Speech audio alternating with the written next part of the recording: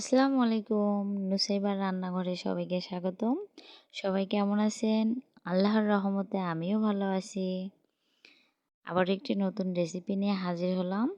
আমার আজকের রেসিপি জলপাই দিয়ে জেলি। এখন যেহেতু জলপাইয়ের সিজন, আমরা নানান ধরনের আচার বানিয়ে থাকি। তো আমি কিভাবে জেলিটা বানালাম তাই আজকে শেয়ার করব। এখানে আমি 1 কেজির মতো জলপাই নিয়ে নিছি। এখন সিদ্ধ করে নেব। আমি রাইস কুকারে সিদ্ধ করে নিছি। এখন এগুলো ছেঁকে নেব।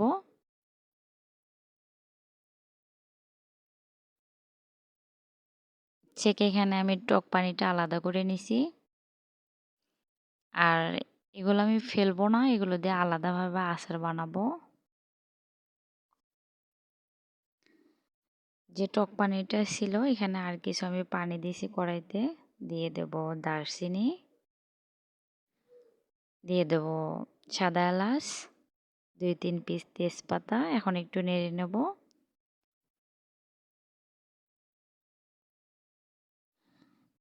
দিয়ে দিলাম বস। বস হয়তো অনেকে নাও চিনতে পারেন। তারপর এখন দিয়ে দেব এখানে কালো এলাচ, দিয়ে দিলাম চিনি। এগুলো এখন ঘন্টা খানিকের মতো জাল করে নেব, যেহেতু মাটির চুলায় একটু সময় বেশি লাগবে। এগুলো আরও 5-10 মিনিট আমি জাল করে নেব। এখানে আমি কোনো কালার অ্যাড করিনি, যে ন্যাচারাল কালারটা ছিল সেটা আসছে। যদি আমার রেসিপিটি ভালো লেগে থাকে সবাই একটা লাইক দিয়ে সবার সঙ্গে আমার রেসিপিটি শেয়ার করবেন এবং সবাই আমার পাশে থাকবেন। আমি ইনশাল্লাহ আপনাদের পাশে আছি। আল্লাহ হাফেজ।